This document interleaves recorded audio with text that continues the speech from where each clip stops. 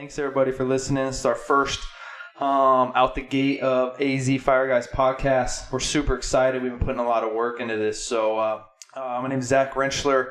I grew up in Arizona in Mesa. I got hired at the fire department 12 years ago, and just one of the best things that ever happened to me in my life. It really changed me as a person, as a man, and I met some of the best people in my life on this journey, and that's who we brought into this podcast. The idea was to bring us together and talk about our culture and where we came from.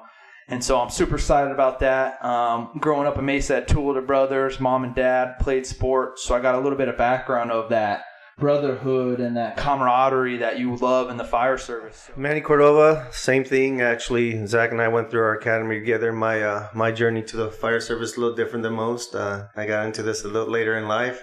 Had what's that, Gilbert? Say something. Yeah. No, but just a different journey than most folks come into it. But just like Zach was saying, for me, this has been life-changing, not only for me, but for my family, for my kids. Coming into it with kids is just a different start approach and how to manage all that. Same thing, I grew up here in Phoenix. I'm one of 9 kids, so understand the family thing is super important.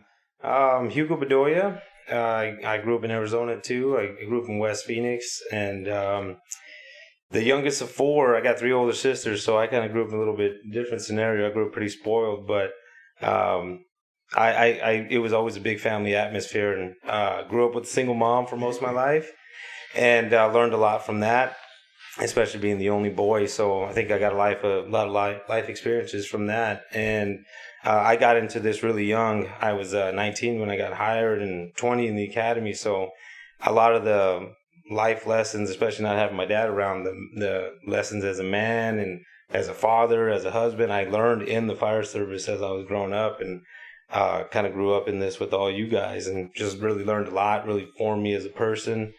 And I'm excited. I'm excited about this. Whatever I can bring to it to help make it fun, make it good, and make it usable for everybody else. My name is Gilbert Aguirre. Been in the fire service now, coming up on 20 years. I started very young, kind of like Hugo too.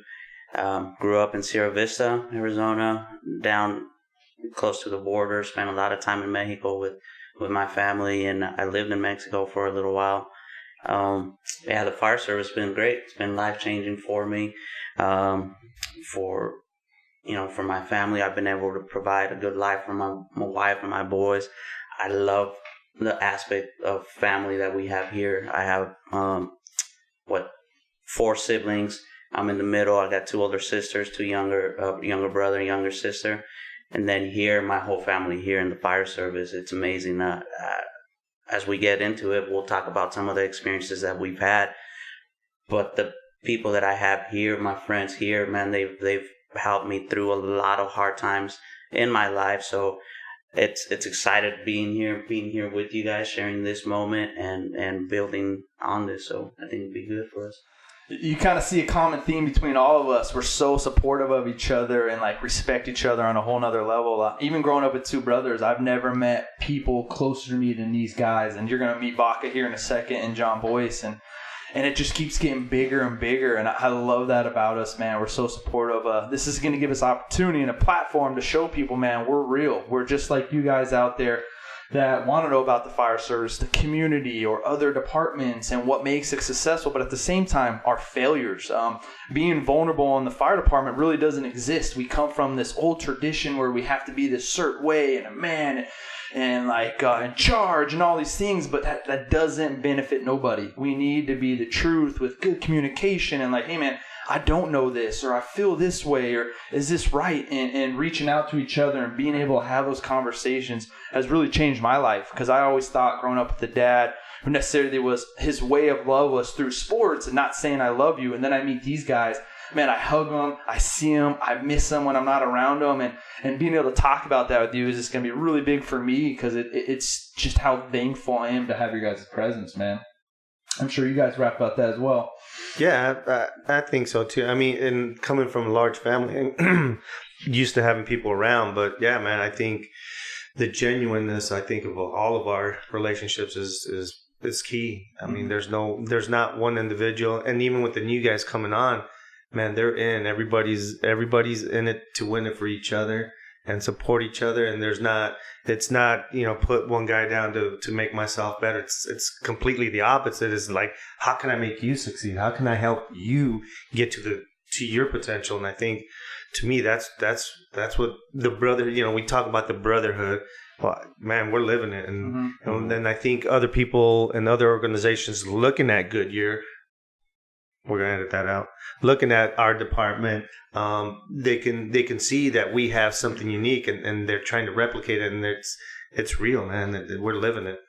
Yeah, and I think a big part for me, too, was I grew up with 3 older sisters, so I never really had that brother to grow up with. I had a bunch of cousins that I grew up with, but I always had that female influence on me on how to act and how to, feelings and how to treat people. I always had that influence with me, so I felt like when I first came into the fire service, it was really that tough machismo. We don't talk about feelings. We don't talk about how that made you feel. We don't talk about, my emotional impact on a person. And I felt like I really tried to ingrain that with our department when I came in. I came in, just to our department just a little bit before you guys did. And I know that was really the shock culture of me, of feeling like I just don't feel like this is right. That's not what makes people feel good and makes people better. And I've seen it growing up. So I really try to incorporate that with everybody here. And it was really cool to see how well it was taken in and how much everybody liked it and how much it just spread after that. I felt like it went crazy once we got that out. And we showed people it's okay to be vulnerable as long as you're using that weakness now into a strength. And I think that's the biggest thing I learned from all you guys was, it's okay, but now we're going to get better at it. And I didn't have to pretend like I was good at everything. It was okay to be bad at something, but I always had somebody pushing me to get better, to be good at it now. Yeah, absolutely, man. I think I started in a different department and then been here now with Goodyear for 13 years. But I think you're right, man. Like at first coming into it, it was like that. Like, oh, you have to be this tough guy, like freaking, oh, you can't show weakness. And in reality, though, man, we're not like that. That's not normal. You know what I mean? Because we all go through stuff, and you have to be able to open up. And the biggest thing that I didn't like about that was that my personality, I don't like making other people look bad or making people like I'm better than them or anything like that. So my thing's always been like, hey, let's make you, I want to make you better than I ever was. And I think that's where our culture is now here, is that we all believe that and we all feel that and we all act on it, that we truly care for each other, care for our families, and try to make each other better at our job. And not just at our job, but I think just our family life. We give each other advice. We talk about stuff, like our families hang out. And I think that's one of the things that's very unique, being in multiple departments and having a lot of other friends in other departments, is that they look like, man, you guys truly do have that brotherhood. It's not just like 2 or 3 of you guys that are close together. It's a big group, so I think that's one of the big differences with the culture that we have now here in our department, is that we're able to, man, we're above, I'm not trying to act like I'm the tough guy, like it's, man, we know, we all know what kind of calls we go on. We know what kind of things we've done. So we don't need to prove anything that we're tough or the badass or anything like that, So I think that's what it's really good about our department now, is that we know that and we just build on, hey man, let's get better. Let's keep rolling with this, keep getting better. And I think that's a big difference that. Well, there's no facade anymore, That's what it is. We're like, we don't have to put up this front. Yeah. It's hard to break that, man. It's hard to break that in people, because people most take it as weakness. Like if I had to be real, like, hey, I don't know the answer, or we're on a call, because people are calling us at the worst time of their lives, and we got to come in. We can't come in with that presence. Like, we don't have every answer. We're flawed human beings as well. But what we do is we're very good at our craft, and we're here to help you make a difference. That support, if it's mentally, physically, whatever it is, we're comfortable in our own skin that we know we can come and make a difference and get you to the next point or place where you need to be in any scenario. If it's an EMS call, 962, if it's a house fire, no, it's not just us going putting out a fire, but the after, like their family, they have kids. We come from families. Like seeing the big picture of things, I think it took us a long time to break that, right? You know, like coming in, like I played sports, I'm aggressive, and I played football and soccer. Well, that's cool. Who are you as a person? And that's why I had to identify, like asking myself, dang, who is Zach Grincher? Like, how do I add value to these guys? How do I add value to the department?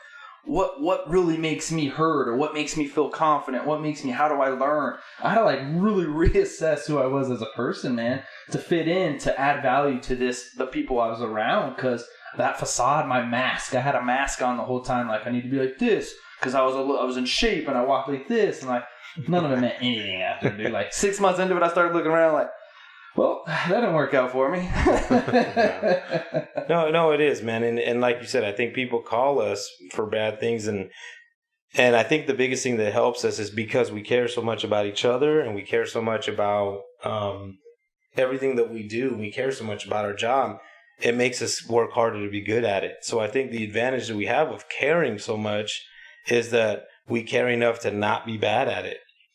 We're not scared to be bad at it, but we care enough to not be bad. So I think that's our big thing that we have going, and that I really appreciate with everybody around me, is anything we're not good at, we're willing to say it, and we just push to be better, and we push each other, and there's never anyone above anybody else. It's we do everything as a group, and we bring everybody up as a group, and we take care of everybody, including the families. And it's not, I love that everything we do here just doesn't happen at work. We don't do it on our shifts. Everything happens on our days off. We're nonstop talking. We're nonstop hanging out. Our families are hanging out. Our wives are hanging out. Our kids are best friends. And that's the way it's supposed to be. It makes this enjoyable for everybody. We are not the only ones who are getting the benefits of this job. Everybody around us is too, because of it.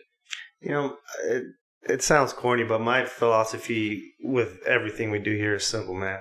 Be part of the solution. Mm-hmm. And whether you have the answer or not, that doesn't necessarily mean you're not part of the solution.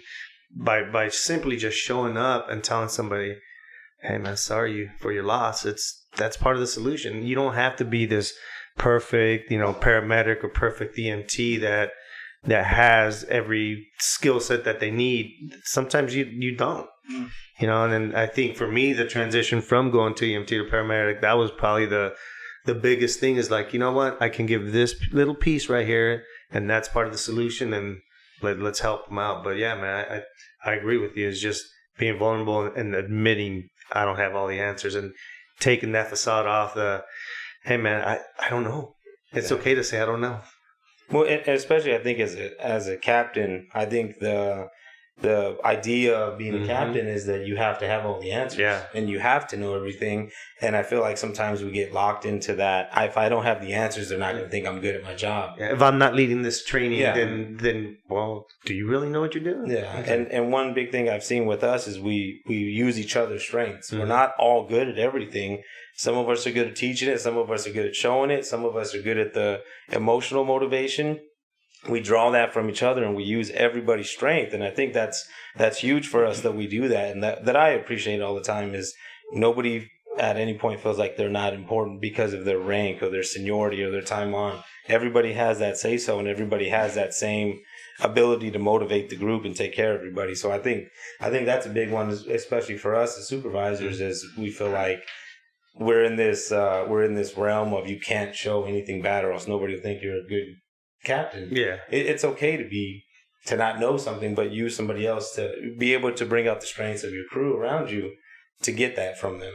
So yeah, I think that's part of the being, like in that position, captain and stuff like that for you guys, is you guys are good at realizing the strengths that everybody has, and bringing that. I think again, just putting that persona of, man, I'm the one, I have to know everything, I have to direct everything. And the people that do really good as captains are the ones that realize, no, man, I'm going to use everybody's strengths, because I'm only going to get them better if I teach these guys below me more and get them up to, they're only going to make me better. I'm an engineer, so I want to make sure I try to get everything done for the captains and everybody else, so that they don't even have to worry about it. If I mess up, then I feel bad. Like, man, I know better. I should have done this for him, so he wouldn't even have to think about it. It's already done. So I think that's part of it. Is like we all come together and we're pretty good about like, hey, no, dude, like I'm gonna teach you as much as I know, if not more, or we can learn more together, so that we're all gonna be better all the way around. Instead, the better you are as a firefighter, better you understand my job as an engineer, we understand your job as a captain, the better the overall the team is gonna be. If none of us understand what your job as a captain is, and only only the captain knows, then we kind of limit ourselves. Mm-hmm. I think it's kind of a good indicator of like when you're outside looking in at certain crews is our booters. Like I can tell booters that are being invested in, and you can usually tell based off of their manner. They're like, you know what I mean? Like there's certain guys that have been there for 6, 9, even 12 months, or some guys may have one rotation, and you can tell that it's not. They almost don't seem themselves or the guarded, and then the guys that really flourish. And I've also seen like perfect examples like John. Like John, like from the point of his probationary year to who he is now, like the dude's always been driven, and he's always been like he's pushing himself. He's gone now to medic school and hazmat school, and yet I think a big portion of that comes back to the guys like you guys that like invested in him and the ways that we can like invest in each other, right? Like, but I think like when you guys talk about it, that's what I think about and I think about some of our new guys who were maybe didn't excel as much, in some settings, and then you see how they kind of develop overall. But it all comes back to like who we invested to. Mm-hmm. And like Vodka's bringing up for everybody, the term booter, that's our newer guys that we have. So the guys, when they get out of the academy, they're on probation for a year. Probies. And the probies, the booters. And so for the first year, that's kind of their nickname, is they're the newer ones on there. They're learning their job. They're building the trust with the crews. They're building their reputation, really, and their work ethic. And I think we're really good about investing in these guys and really teaching them and bringing them in and making them feel like they're not below us because they're new. They still have to earn their place. They still have to earn their work ethic, their respect from everybody. But you're still a human being. You're still a grown adult man or woman that has to learn how to do this job and learn how to do everything that comes with it too. So I think that's really big that we see how much investing in people pays off. So, and it's a rite of passage, man. And for all of us, we've all gone through it. Some of us multiple times when coming to different departments. But I think it's a rite of passage, and I think in the past it used to be not a good thing, from some of the experiences. But I think now, because of guys like you and you guys, I mean, everybody's mentoring and investing in these guys, and I think our culture has changed that. I mean, the way we treat our probationary guys compared to some of the stories we hear about other departments is night and day, man. I think that what I appreciate is we respect them as people first, and then we're going to develop you as a firefighter second, whether man, woman, or anywhere in between that, whatever they identify with, right? But that's, to me, important. I want, I think for me, the most frustrating thing is when I saw in the past when somebody would talk to a probationary person like they were beneath them, I was like, man, when I get to that spot, I'm going to treat them differently. And I think a lot of it came from bad experiences. And so I appreciate the way we've changed our culture because of that. First year, man, it's most important. It creates the foundation and who they are going to be as a representative to us, our family, man. So if you don't invest, you can see people, the ones you invest in like Vox and you don't. It's not that we go out of our way not to invest. Some people, we have a system, and we'll talk about that later on, with culture and the kind of system we created that helps people be successful. But let's switch gears here a little bit. Let's get into some topics. Some topics everybody thinks they maybe want to get into, or some guests that we're kind of have down the future that we can kind of reach out to. I'll start with a couple topics that interest me. I'm really big in mental health. That's one that I really would love to get some people on. We have a doctor outside of our department that comes in, and Dr. Glenn sits with people, and I actually got experience. So I'll talk about my story on one of these days, what I went through, and actually meet with her, and my ego and my mask up front before that. But I love the mental health of the fire service and how important that is, especially talking about the probation guys their first year. Is we really got to create good habits and give them outlets and ideas and see different people's versions of mental health. So that's definitely a topic I really want to tap into one of these days. I say my second one, it would be also community. I'll just do two and we'll just go around wrap. But the second one would be community. I get a lot of questions when we started talking about this podcast, is that other people that are not in the fire service, what do you do? Do you guys really get cats out of a tree or just some random stuff? Or why is the fire truck at the fire truck had to be parked at the grocery store? You know, like these little myths and stuff. Or like, do you guys really go get snakes? Is it like Chicago Fire? Dude, you're not even lying. Does it really take all four of you guys to go everywhere together? Those questions, and so maybe we'll eventually get an email and like we'll get something set up where people can actually write in questions and we'll answer some of them. But those are two really big topics I really want to hit. So I'm going to invest in time with them and we'll do so. And what do you guys want to wrap up? Maybe two topics you'd love to be interested in?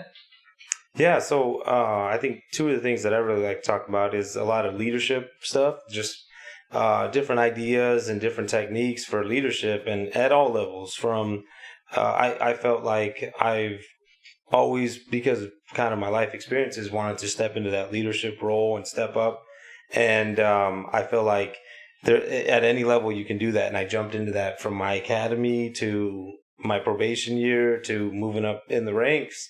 And just my time on in here and just teaching that, you know, leaders are at all levels. You don't have to be in a supervisor level to take on that leadership role. And a lot of tactic stuff. I know when I came into this, I didn't have any experience in the fire service. I didn't know anything about the fire service.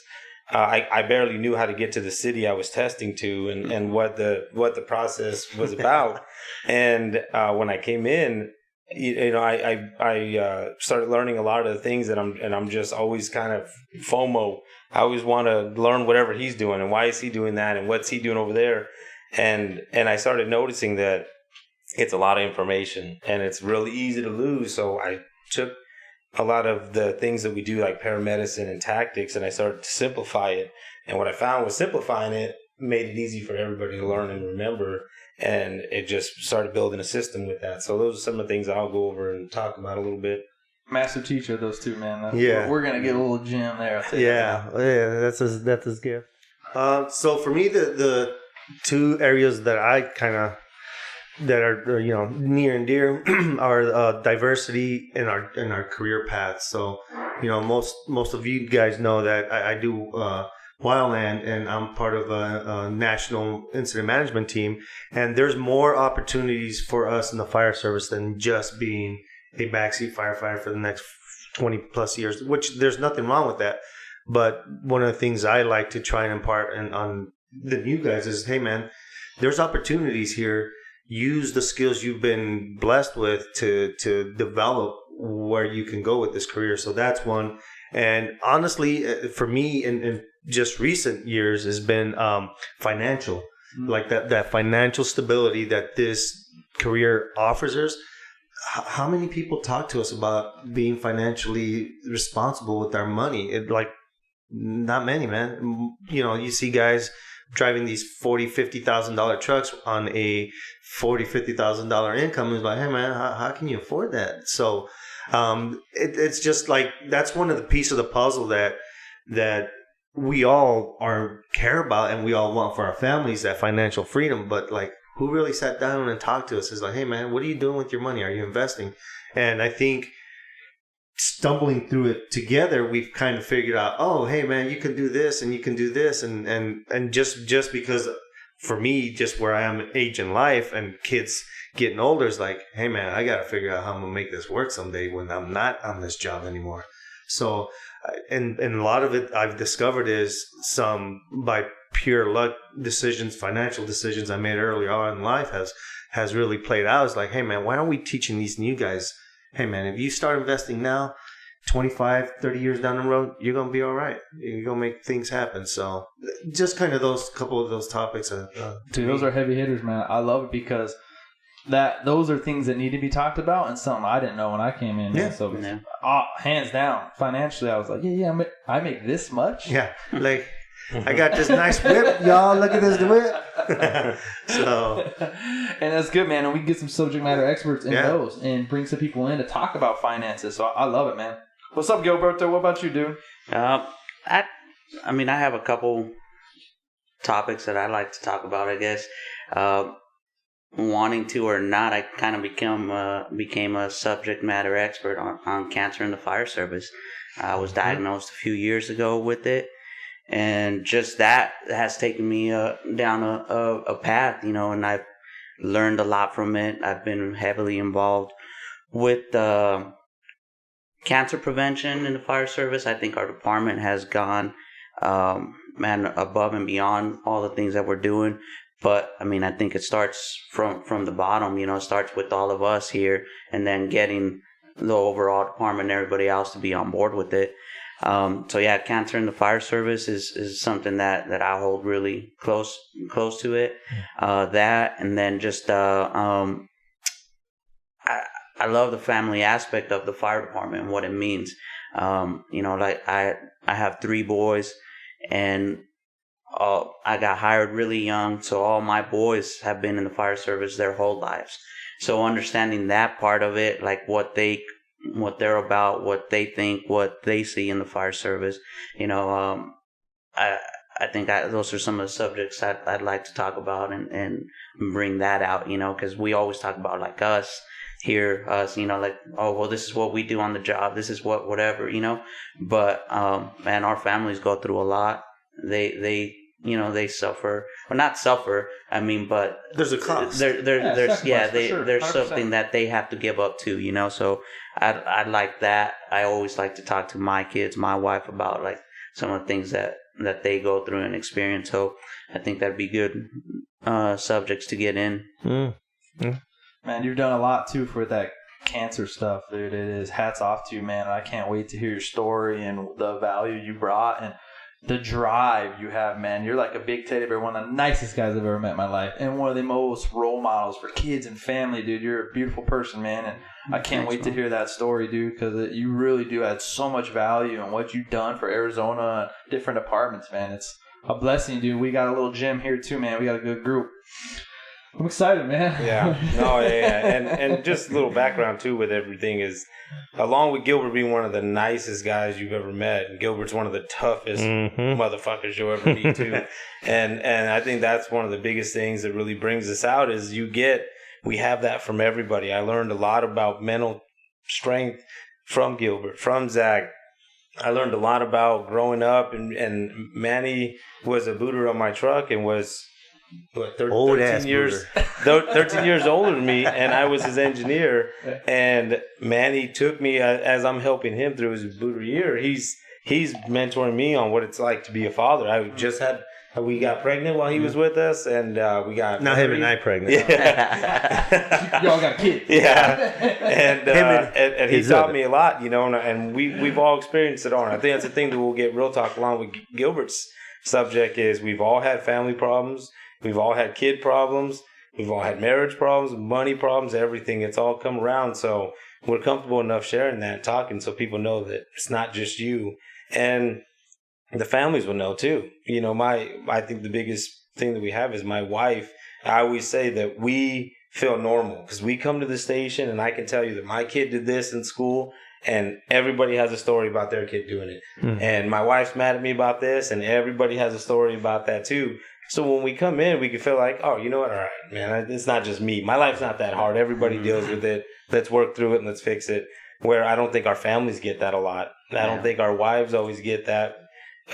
Sometimes they feel like they're the only ones that have the grouchy husband when he's off shift and the one that snaps at the kids and the one that, is just groggy and doesn't want to do anything and is changing as they're going through their career. So I think it's really big with that too, is we let everybody else see that it's not just you, it's normal. And I think our families are really good about getting together too and making sure that they feel the things that the kids feel. Yeah. I think we don't really take in account too much of what are they feeling while we're gone? What do they think when they picture, my kids watch Chicago Fire on TV and in my head, I'm thinking that's probably what they think we're doing all day. You know, so poor guys are probably scared to death when I'm at work because they think I'm doing that all day.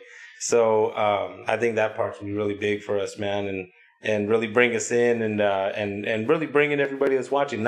This isn't just gonna be tailored for firefighters. It's gonna be tailored for anything that you want to do on learning mental strength, learning how to push yourself to do things that you never thought you could do, and how to take care of people. And I think we have a lot that whatever walk of life you're in, you can relate to something that we're going to talk about. Go ahead, Gabriel. I think that's what we were kind of talking about earlier before the show, before we even started it, some of the different topics. And that's what we talked about. Like, hey, we're going to have a day where we're going to bring just all the older kids, the teenage kids, have them talk about their experience in the fire service. And then we're going to have a day when we bring the younger kids and have them talk about their experience, what their thoughts are about their dads going to work every day. And then there's going to be we'll probably have a couple episodes of the wives coming in and having them talk about their experience and how they've gone. We'll probably bring some of the wives that have been around in the fire service for a while and some of the brand new wives that just got into the fire service. And so, I think those would be some good topics, some good discussions that we had earlier. And it'll be good, man, just because, like you said, we have that we can talk about it amongst ourselves. A lot of times they don't have anybody else that they can talk to, or they might feel like it's not normal for me to bring this conversation up, or so I think it'll be good topics. Well, and I think to piggyback on what you said about, when we started the going home being grouchy, I think specifically for my wife and I, for Daria and I, the biggest breakthrough, believe it or not, is when Dr. Glenn had that session. I agree 100%. Holy smokes, that put so many pieces of the puzzle that she had that were like, why the fuck is this guy coming home after a shift and being a dick to everybody in this house? Or why is it that he's so happy at work and he's so like oh, do you, boo, do you? And until that piece of that mental health that you talk about is like when she did that hour and a half, 2 hour session, man, dude, she looked at me, she goes, I get it now. Now I know why you're this way. And dude, that's done so much because most of us probably didn't know we were doing that. No. I had no idea. We're ramping up and having a crash when you come home, and unfortunately, the ones we love is the ones we're hurting. We say they're the ones that end up dealing with the asshole. Every patient gets the nice guy. Yeah. Every patient. Every patient. Yeah. Customer service, we're giving it out, and it's almost a point where we're so customer serviced out by the time we get home. Yeah. We forget we got to give it to them too, So they definitely take a sacrifice, and sometimes they get the worst version of us, but I think for us to be aware of it, and that was the biggest thing that Dr. Glenn did, was not only make her aware of me, it made me aware of me. And it helped me absolutely, man, because after sitting with her and going through that presentation with my wife, afterward, Tiffany was like, man, I wish I would have known this 18 years ago. She's a lot of this makes sense now. And you're like, shit, I wish I'd have known this 18 years ago. And she has like a medical background, so once Dr. Glenn started talking about certain things, whether it's not that you have to have medical background, but it just made so much sense for her. She's like, oh, okay, like I understand it. And most of the time, I just thought you were just being an asshole, a jerk. So, but now I get it, So, and again, like you said, man, for me, seeing that too and seeing the science behind it, I was like, oh, maybe I'm not just that asshole. I can explain it now. Look, I have an explanation. Like, babe, we won, babe. Well, Vodka and I were joking about it too. Is Adriana jumped right up and she said, well, I tell him to nap, and everything that she was bringing up, Dr. Glenn had a good answer for it. And one, it helped me out a lot, but then it helped her understand a little bit more. And we were joking that, man, I hope our wives don't start airing out all the dirty laundry. While we're whoa, calm down. Yeah, I was like, tell me what you're gonna ask her. You need to work on them hip thrusts. So Speaking of that, I think it'd be a good time. Me and Manny will jump out a little bit and let's bring in John and Vaca so that everybody can tell their story and what they're going to talk about. Cool. And we got 2 big gems for you guys. That's good, man. And it doesn't help, dude. What's funny is like I'll watch you guys call home and we're always laughing like the best time of our life. Like, we're all hanging out, having fun. The wives are like, what? What? You guys having so much fun? You're like working out, you're cooking together. It's like we have these elaborate, beautiful meals and stuff. That's hilarious. No, you're absolutely right, man. We all get up from the, you see it when we get a phone call. Yeah. We all try to get up and walk away because we're laughing, we're joking, and your wife's dealing with the kids, driving them to practice, picking this other one up. So they're struggling, and I can only imagine that once they hear us laughing and joking and all that, they're probably like, what the hell? I'm sitting here dealing with all this, and you're over there laughing and having a great time with all your friends. That's probably what they see and what they get, but yeah, man, it's crazy though. It's good once we had Dr. Glenn come in and have that, it was like, whoa, maybe there's an explanation for it. Dude, I love it. Well, we got 2 newcomers to the unit, the G unit. The old cumbers. Old newcomers. We kind of started this introducing ourselves. So, man, maybe one of you want to start off just a little bit about yourself, and then we'll jump into it. I'm John. I've been on here about 4.5 years. I'm originally from Michigan. I moved down here 9 years ago. My parents were down here maybe 13, 14 years ago. I got started a little bit later, not quite as late as Manny, but I had an exercise background in the past. I've been in sports since I was 2, so much like these guys, we kind of have that mentality already. So that's why we all kind of fit together. I'm super excited to be here. It's kind of cool, man. I've been sitting in the back just kind of listening. You see like how passionate and how like serious everybody is, and at the end everyone's kind of like lighting up. So I hope you'll kind of like, these are some of the most goofiest bastards you ever meet and some of the funniest guys. So like you can tell each one of them are super passionate about what they're talking about. So it was like really heavy in the beginning and then it started kind of lightening up. So that's just kind of how this group is. They turn it on, they turn it off, and that's kind of how we operate in the fire station too. Is it's serious when we go on calls, but the second we leave is, that's our vent, is to just be goofy and laugh and joke about stuff. So it was cool to not be able to see these guys back there, but just hear the tone in their voice. And then as it gets lighter and lighter, they start, laughing a little bit more. So that was a fun little thing. And that's my dog right there. I don't know if you guys can see him. Hey, Mira. Smell. Come here. This guy will be here for a little bit. Come here, Bob. This is a big guy right here. Good point, man. His name's Hank. Hank? Yeah. Oh, Hank. All right, Bob. You out. Good point, though, dude. Like, we were all serious, and I kind of feel it, but the first introductions, we're all nervous. How am I on the mic? How do I look? Mm-hmm. Obviously, I look good. You guys all know that. I got a modeling contract. You know who you are. Mm-hmm. But you're true, dude. It's true, man. And we're going to bring down that vibe. But, Vaca, what's up? What you got? Yeah, man. Vaca Taimani from the Bay Area in California. Hey, baby. Been in Arizona now for 10 years. This is my 12th year in the fire service. So, yeah, man, I think for me, I'll typically be behind the computer over here, and this has kind of been a passion of mine to like work with video editing and stuff. And I used to do some live streaming, but I think more importantly, to be able to partner with these guys that we already spend so much of our lives together at work and at the station. But I feel like what's really unique, or the unique opportunity we have, is to, I think a lot of what we do is so relatable. And at the same time, we could all, no matter what field of work you come from, I mean, you'll have certain personalities that you'll mesh well with and some that you won't. But I think what I've learned a lot from you guys is like how to value the time that we have together and how to let go of like little stuff, because this job can be heavy, and sometimes it has been. I've had seasons of this job that have been really heavy for me.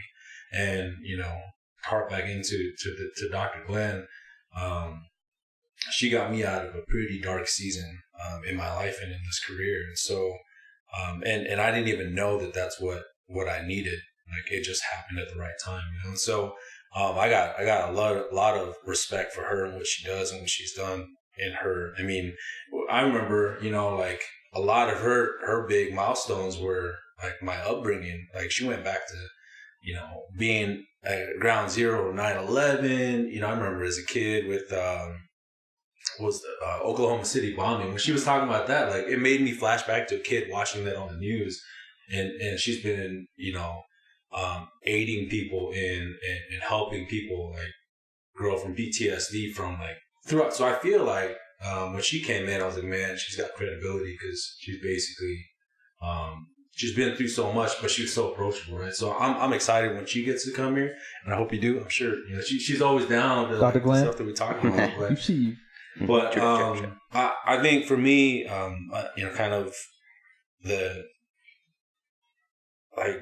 I think we give so much, and we get into this job because we want to give so much to, and what we do as firefighters, as EMS workers. But I think I'm excited about looking at what it looks like to take care of each other. And these are guys that we've been doing that since day one with each other. So how we can help, I guess, influence that in our local areas in this state, and who knows, the sky's the limit. That's what I get pumped up about, and just to have a creative outlet too, because this job can be taxing, and what I've learned, and part of what got me into the streaming when I was doing that, was I needed something positive I needed something to put positive energy towards to help me, I guess, work through some of the areas of the job that was weighing me down, and that's what it was. So this is just another awesome opportunity that I'm excited to do that in. Oh, I love it, dude. It's great, man. He is the brains behind this operation with audio, man. He is on another level. So, you guys, it's gonna be legit. I'm super excited about it. And if you don't know Vaca's one of those people, man. When I first met him, his energy, he's just a big guy. And at first you're like, holy moly, intimidated by him. But he's the most loving person, family-oriented. I remember the first time me and you really got to spend some time together was going to that funeral for that, or that cop. Yeah, so remember? it was, man, and speaking about dark days, that was one of them. It was the morning that we had a shooting. A girl got, no, first off, it was Brad Harper. Mm-hmm. Harper gets killed on that. It was our day too. We were like playing pickleball, and we hear that go over the radio. Just like that kind of set the tone for the rest of that shift, right? We later have that night, we have that shooting where you ride downtown, and Gilbert happens to be there when they call him. Mm-hmm. And so like us, and we go to pick him up, and like we feel the weight of that. And then a few hours later, as the sun's coming up, we get a vehicle fire that is, and terrible outcome. Kind of like it took me some time to process that. And while we're there cleaning up, we find out that a Phoenix PD officer had gotten killed, got hit by a car. I think Daryl Raids was his name. Mm. So that was the morning of my birthday. So Jesus, I get off shift. I go home. No, I go home and like I didn't say anything to my wife. I go. I just sit in our bathroom, and she's like, "How's your shift?" And I just looked at her, and like emotion, I just started bawling my eyes out. And I didn't it was so much to even think about that, and I didn't even know how to like work through it. But then that's what happened, because like later that day, like I just had to do something, so I had to go and like show respect somehow. Mm-hmm. So I forget who I talked to, but it was about we threw it out. Someone in the union was like, "Hey," or I think I said, "Oh, I want to go and take flowers to wherever, if they have some kind of memorial or something." Yeah, right? Yeah. And someone threw it out on a union text, and then I think you hit me up. Yeah. We're like, "Yeah, man," and yeah, you're right. That was like our first interaction, because then we both drove out. We drove out, and we went to the spot where that happened, and what is the downtown area. Yeah. And then on our way back, we ended up we rolled by an accident on the freeway, and we're like, "Man, what do we do?" I don't know, man. No one was there yet, right? Yeah, no. So we like hop out and try to play hero. I come running over. My shirt was off. Oh, hell, shirt off. Yeah. I got you. Rips all the way down. Man, yeah. It's like, sir. It's ma'am. It's beautiful. You guys missed out. Don't worry. I had had Boyce's hair at that moment. Oh, you wish. Ryan and Vaca's. Oh, it's But what I was saying, Vaca, is that like you're one of those people, man. Your presence and your heart, dude, they match. You're such a big. You take a lot of those emotions, and it doesn't matter from a different apartment or a death or something. You always show up, man, and I always see you there, and it's so humbling. And to have your side and your perspective and the family and the foundation the heritage you come from, man, it's fascinating, and I can't wait till we get more in depth with that story. But you're always there, dude. You're just a big teddy bear as well, man, and so that's awesome. I love it.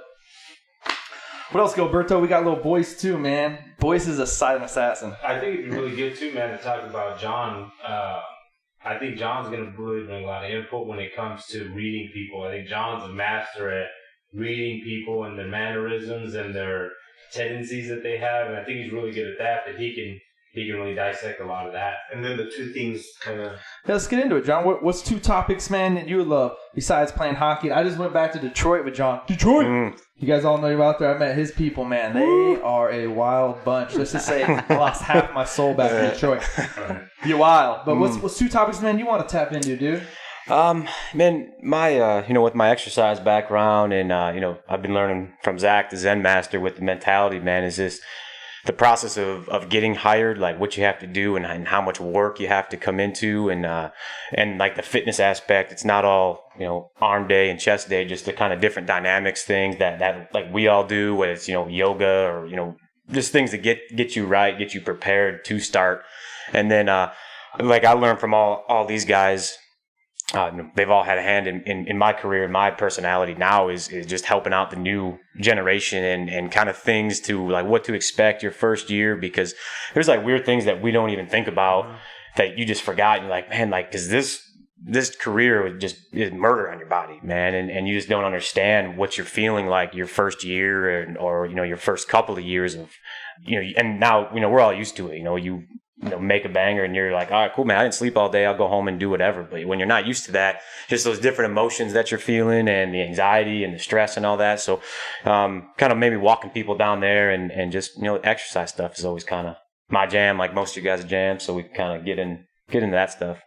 I think John's been a really good, bridge with all the new guys coming in, guys that are trying to get hired, guys that just got hired.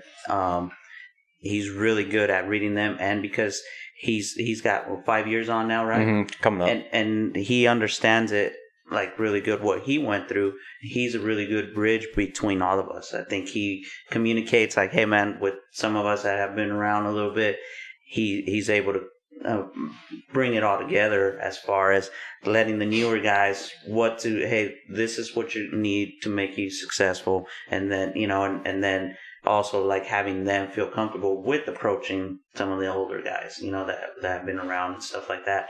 I don't know if that makes sense, but I kind of see you as as a good bridge of bringing everybody together, even with some of us like, hey man, fucking chill out, dude, like let him do this, like with some of the new guys. So I think you're really good at that, at like bringing everybody together in that aspect, like the real young guys with some of us that have been around for a little while.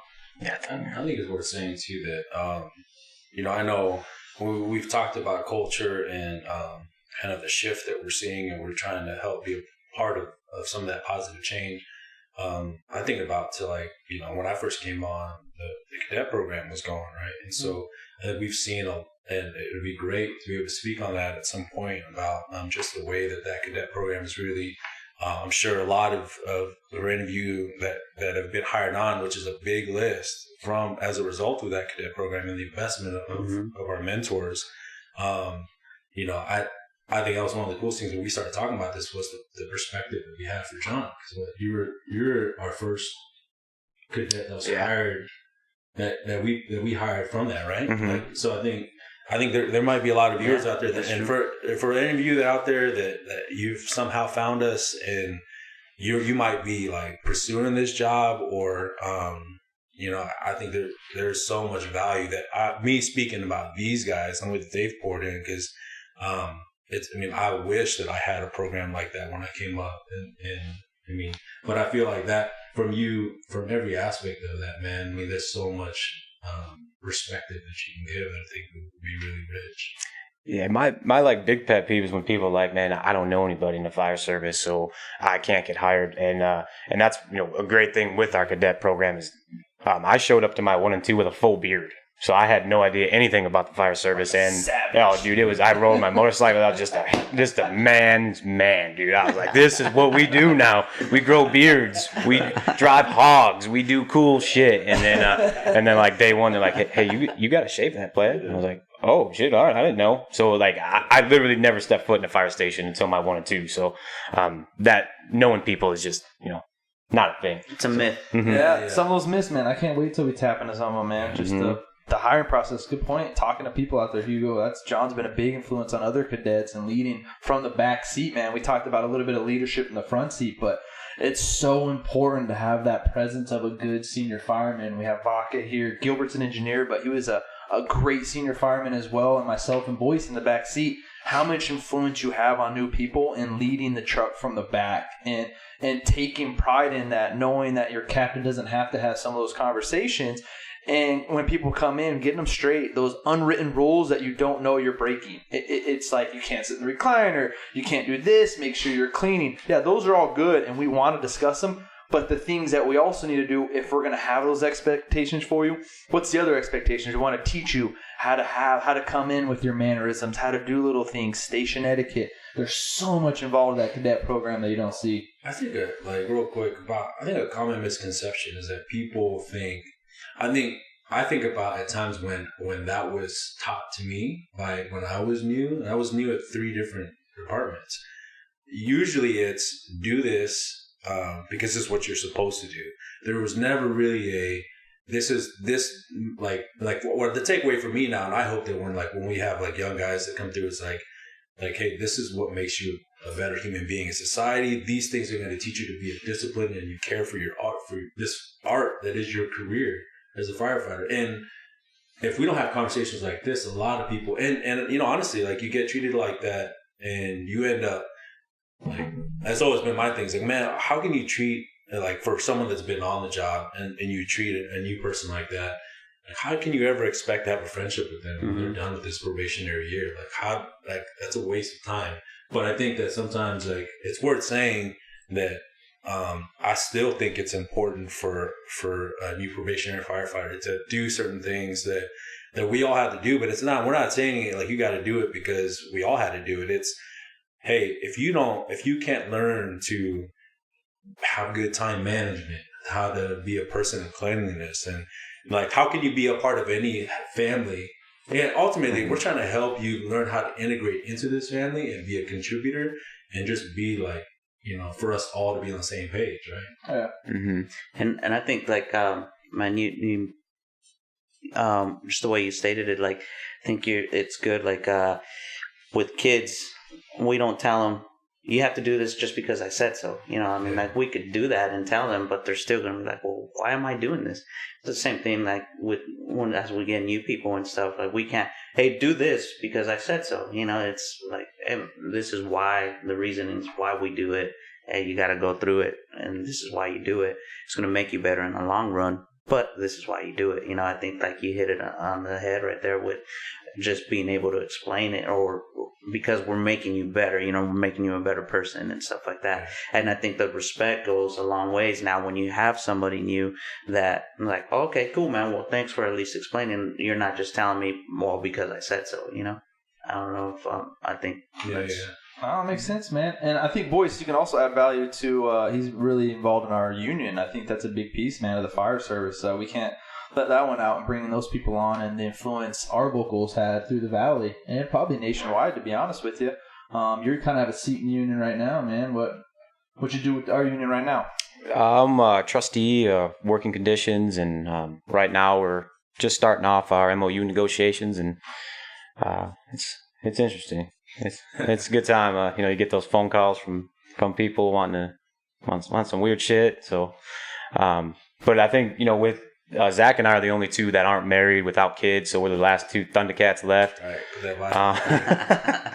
So and that's a different kind of realm. When we come home to like come home to Hank, we chill, but seeing that aspect is a little bit different, and you have a little bit more time on than myself, but just how different our home lives are when we get home versus theirs.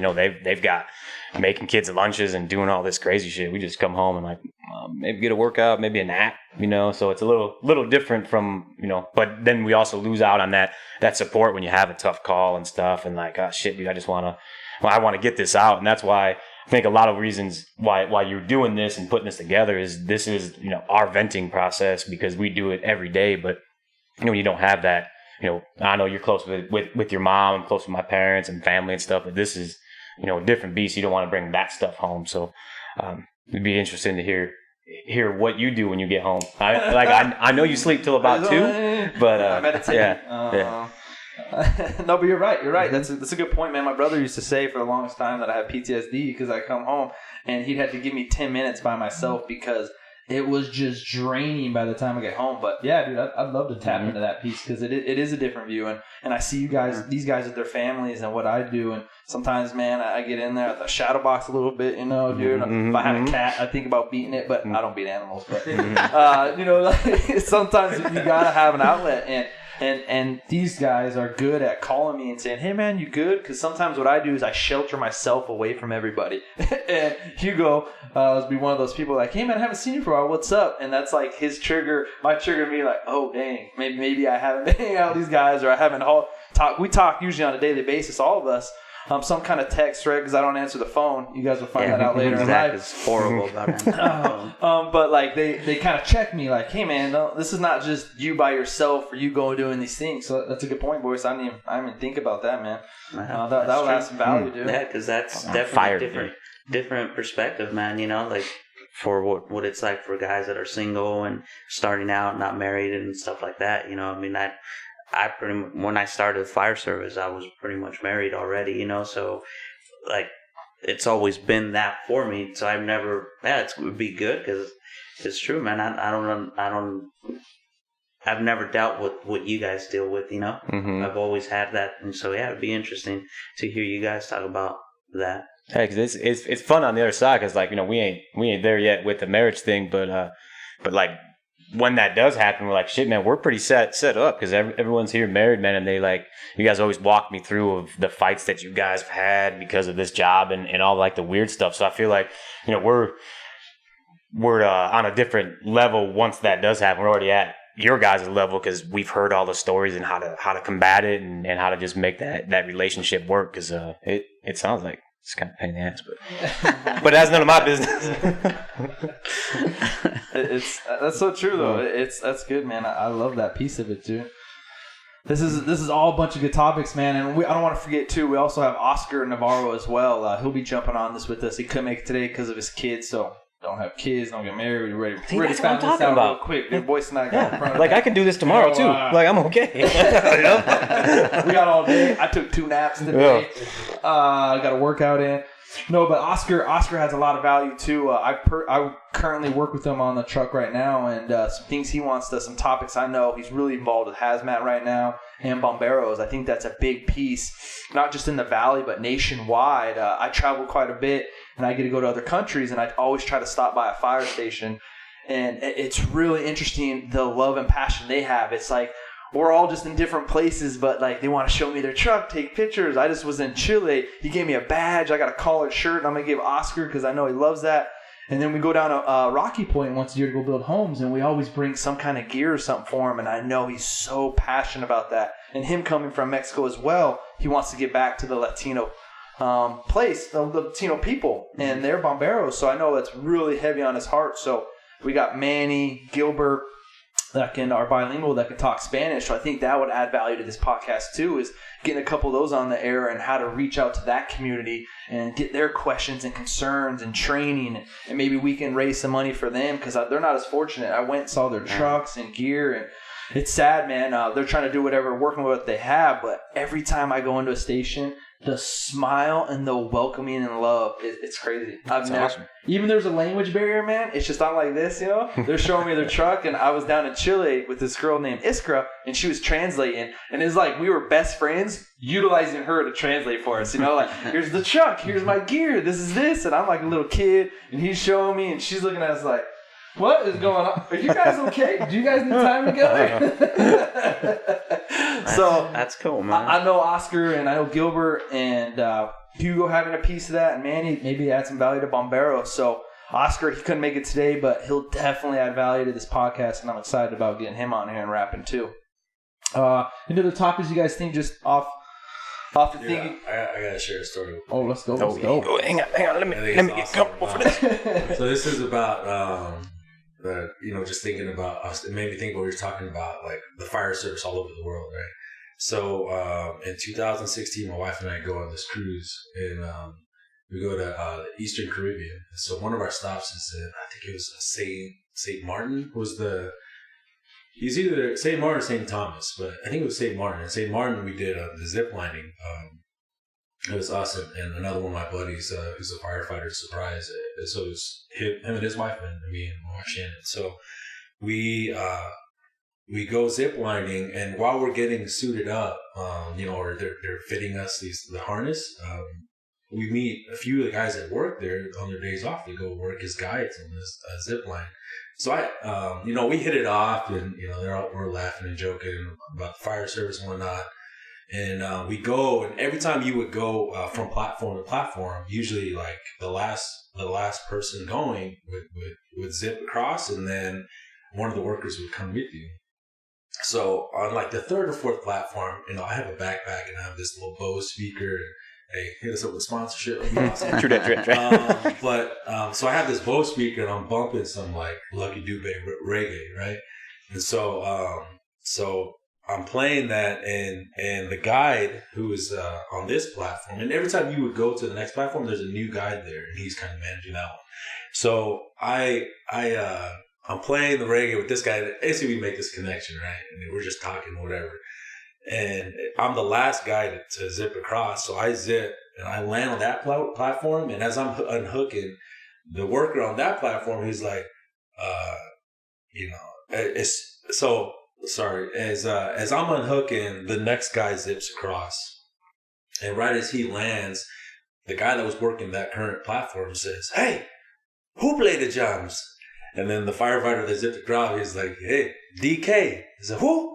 Donkey Kong. Started dying. But from there on, they called me Donkey Kong every time I go by. It was that one firefighter that because it's like we joke around about oh yeah, brother, yeah, fire brother, isn't that brother's like this term? Yeah, brother, come here, brother. It's endearing, but at the same time, sometimes you use it to poke at each other, but it really is this brotherhood, internationally, because with this one dude, you make that connection. And I never, and they gave me a St. Martin, I stopped at fire station too. Yeah. They gave me a shirt I still have to this day, but yeah, I thought that was funny, man, because DK lives forever.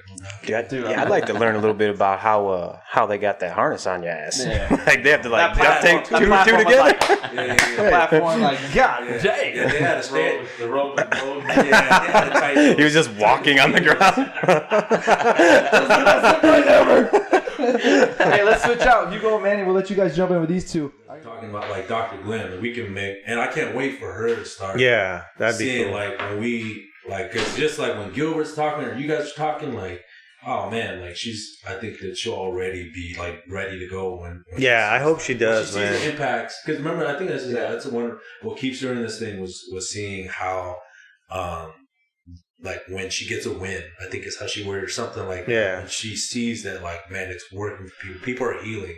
Yeah, I think it's a girls' camp, right? Yeah, and I think for her it's the one-on-one, but because when she specifically or directly deals with not deals but helps somebody process through something, but just that presentation, man, she made an impact on families. Why? She may have saved marriages. She may have saved emotional breakdowns from some of the guys. I'm telling you. when like what Nick did, one of our guys just got married. He's a boot on our truck, and he took his wife, and they had that meeting. So like that was cool that people don't know about. We're like, shit, we didn't know she did that, and now like cool. Now like for myself and Zach as well, I know once he decides to hang it up, get in the Ring of Honor and get married, but that's like a good thing that we should do for all of us. Now, whoever gets married, you need to meet with her and just let her know. Yeah, this understand stuff, what you're getting into. Because like we already a bunch of train wrecks. Right. We got enough emotional baggage. Yeah. More. But I think the thing with just the relationship with this job, and like you said, those guys poking fun at you and giving you a name, knowing that you're used to that. That's all we know. That's what we're used to. And I think one of the funniest things all the time is when I'm home, when we're at the station, it's nonstop. It's Def Comedy Jam, and it's kill or be killed with making fun of each other. And it's funny when I'm home and I get to see my wife's reaction when I'm reading some of the texts that we're sending each other, or just some of the things we say, or a funny story I have about something that happened, or especially when we're all hanging out and our wives are around, and you look over and you see their face when they hear us making fun of each other or talking stuff to each other. Yeah. And I remember my wife saying one time, like, "How are you guys friends? You guys are so mean to each other." Yep. And I was like, "I don't know. I guess that's why we're friends." I told her, I said, I think our method is we beat each other down so much so that we think we can't get any other friends. So we're stuck with each other. If I beat your confidence down on any insecurity you have, you'll think you need me more. Yeah. Well, and like you, because you don't have brothers either, and I think we're the only ones. And so now, like, these are our brothers, so now we just put the shit on each other, and they're like, "Oh, cool." So now we finally get to do what all these dudes been doing for a while, and like nothing's safe, and all their wives and even like the girls that come around are just like, man, like. You guys are mean. You guys are like the dumbest people I've ever met. Yeah. And we all talk the same. We all act the same. Our wives always say they can tell when we're working together because we have the same sayings. We have the same dumb shit that we say and that we laugh at, but it's funny for them. I mean, even, we always yell at each other, "You gonna learn." Mm-hmm. Oh, you gonna learn. and my kid did a ride along and he's hanging out with us, and everything he did, these guys are yelling at him. Even the kids aren't safe, like, "You gonna learn." Yeah, ask Ether about the McGregor fight. Yeah, exactly. Man. We're always picking on each other, and nobody's safe, and we joke with the wives, we make fun of the kids, and it's part of just the fun culture that comes with this is the good time you get to have with everybody, Yeah. Around a bunch of lighthearted people. You said something right now, Hugo, that the wives know when we're working with each other because they usually say, "You haven't called me today all day." Oh, yeah. Like all of them. Because like I'm with my boyfriends. You haven't called them today all day, so I know who you're working with. Yeah. You're working with your friends. Yeah. When you're working with other guys that, that aren't your best friends, you call me like 10 times a day. Yeah. Well, I don't call you that much. Yeah. I do call you more. Like, I can hear you having fun back there. I can hear you having fun. Homie. It's funny though, because like it makes you think about I know how like I got so much respect for all you guys, but like Hugo has always been like he's the one that like it's funny how we all kind of find this in each other, right? He's the one I call like when my kids are sick or like, "Oh man, like." All of a sudden, I don't know anything about EMS. I'm like worried about like, we gotta do. What do I do if you got this or this temperature or whatever? But so that level of respect, how it kind of just ends up transferring over to your spouses, because when we're at Austin's thing, like Adriana did something. She just like asked me a question and I responded back like as a smart aleck, and she like gave me this look. She's like, "Rude," and it broke my heart. She was messing with me, but it's just funny how like because of my respect for you, it's just like, man, I just disappointed mom and dad. I gotta pay my room accepted. But well, and that is cool, man. I always really take that to heart on the fact that you do feel comfortable to call me. That when something's going on, a couple times, Bacchus kids have an allergic reaction, having a couple other things, and I was on shift, and I would leave. I would tell the guys, "Hey, get in the truck. We're going to." And he didn't want us to come check on him. He just wanted some advice. But it's just like anything. It always kind of sounds different coming from somebody else. So I literally walked in the house and said all the same things to his wife that Vaca's been saying the whole time. And she's... you know how the wives are, right? So like, I could say anything. You knew that if you didn't come, I was going to... I mean, we're gonna end up having to fly him to the hospital for nothing. But as soon as he comes and says it, like, yeah, I'm just sitting there laughing. Like, She's sitting looking at me going, yeah, okay, yeah. Like, you right. She's like, I told you, Baca, you ain't no shit. No, nothing. Yeah. But it is, man, and they get to see that, and that's the cool part of that is, you know, we have later on down the line a really cool story that Manny can talk about, you know, an incident that happened with his family that I was involved with too, and you know, it's just a good feeling to know for each other. We always have each other for that kind of stuff, and I think another really big topic we're going to talk about that's important is we're going to talk about Austin Peck passing. You know, our brother that worked with us here and recently passed away from cancer. And that's something that we're really going to get into, along with Junior's story, with not just the fact that he passed from it, but kind of the effect that it had. He was all of our best friend, and the effect that it had on all of us, and the, you know, what it taught us, and how we grew from it. Not just, you know, the doom and gloom from culture it. change. Mm-hmm. Yeah, Big time. yeah, and how it brought us together, and the keeping our ship together. So I think that's going to be a really big thing that we get to talk about. That's going to really mean a lot to people all over, because it's big in the fire service right now. Dude, that was insane. That was the most insane thing I've ever been a part of. Our whole department, there was all maybe but like 2 or 3 that showed up there. All the trucks were there, and you're like, dude, I still get emotional about, like, even though, hey man, I can't stand that guy, dude, it was like brotherhood was on, and you're like, oh my God, dude, everyone's here just like hugging and just like, oh man, this just happened to us, and just to see everyone's emotions, like, holy shit, like shit just got real, and then everybody remembered why they did this, and everybody went to day one of, I signed up for the brotherhood, and this is what we're doing, and everybody, dude, it was a great scene to be a part of. It's like the load gets really light, Mm-hmm. right? Like in that setting, like as heavy as it feels, like I still remember, like I was cool, man, until Gilbert and Tiffany drive up, and I lost it. Like I had to walk. They're just on the street turning in, and I couldn't look them in the eye. You know, like it's heavy, but yet, like you're saying, like man, when I think about it's not. I didn't serve in the military, so like when I see like that stuff, I like utmost respect, right? But even things like everybody, bunch of knuckleheaded, like broken wrist, saluting firefighters out there, half of them doing it wrong, you know what I'm saying? Like, like this. Still hits hard. It's just like, man, like, and I think I learned that off my culture. Like, man, you don't go through a death alone. Like when you mourn, you go and you help lighten that load, which goes back to like Zach and I. So what I've always tried to prioritize being at every public safety funeral, because yeah, like that's what I think about when you're saying, like, man, it just feels manageable. Mm-hmm. No one will be all right because you're in it together, man. Yeah, you got your homie to ref, and then like you said with Tiff, oh man, I'm probably level 0 emotional, and Gilbert and I've been on like some difficult calls, and we've been to the funerals, and Tiff's always been there, and Austin's one.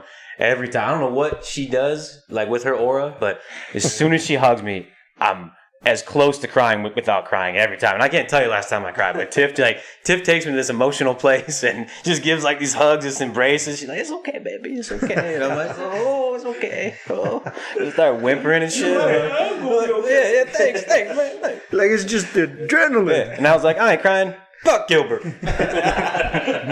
Yeah, we stop crying by making fun of somebody. Yeah, that's the only way. And I think I'm thankful that Zach has this vision for this podcast, man, because I think a lot of times people have these ideas, these desires, and just want to get stuff off their chest, but there's no way to do it other than talking to each other. But for those folks that are going to be tuning in or stumble across us, we apologize for being knuckleheads, but I think this is going to be one of those things, and just in this little bit of time we've done it already, it's just like, man, I feel like we got a good thing here. Thanks to Zach for just having the passion, and you, Vaca, for the knowledge, and John for sharing his place for doing this. But man, I think we have a good platform to reach people to, man, make us better. Yeah. So thanks, Zach, for putting this together, man. I think we're gonna reach some folks, man. I think we're gonna open some eyes, and more importantly, we're gonna have an outlet to share what we do and what we love to do. And It's gonna be good. Hey, so I just want to thank you guys. That was our first episode we dropped. Little introductions today. You got a little laughing in, learn about some families and stuff. I'm super excited. We all are excited about this podcast, and we're going to create a platform where we're reaching out to you guys, not just firemen, but families and other people and communities, so you get to get an inside visual of what we do day in, day out, and how close we are as a family and how we can grow as a community. Anything that you think, that topics you want to hear, we want to talk about. So we're not subject matter experts, so our goal is to bring in some good people and have these conversations, a little longer platform, so we actually really jump in and get pieces in there. So let's have some fun. Let's enjoy this. So if you guys want to stay connected with what we're doing and when we're posting content and whatnot, you can find us on both Facebook and Instagram as AZ Fire Guys. So if you search on this, please hit a follow. Let's stay connected. We'll have a YouTube channel up here real soon. We will post the videos there. So if you're viewing us on YouTube, make sure to subscribe. And if you want to support us and you like the content, please hit that like button and share that, hit that bell. That way you'll be notified the next time. All right. And ladies, just remember, John Boyce and Zach French are single. So throw it out there, throw that vibe out there. You know, modeling contract, we working all the time. All right? Love y'all. Peace.